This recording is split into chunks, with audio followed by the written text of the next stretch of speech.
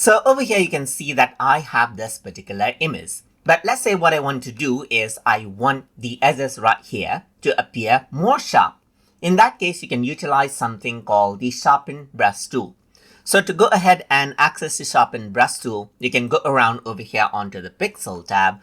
And then over here on the left, you can simply go around over here onto this tool right here, click and hold. And then here you can see that Sharpen Brush Tool is an option. You can go ahead and select it. You can change around the pixel size as you want and change around the flow level right here, just like this. And as you do that, you can click and drag to go ahead and sharpen things up. Let me just zoom in and then click and drag right here. And then you will see a bit more changes. So let's just go ahead and increase up the flow right here, just like this. So let's just set it to maximum. And as I do that now over here, as I select out the layer and draw, you can see that it becomes more sharp.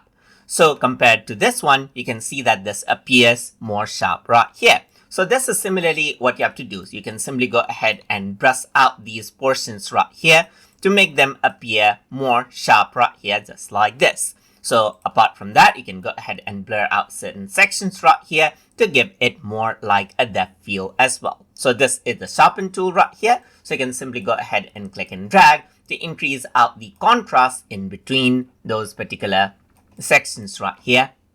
And this is basically what you have. So that is how you can go ahead and work around with the Sharpen Brush tool inside of Affinity. So I hope you guys learned something as always.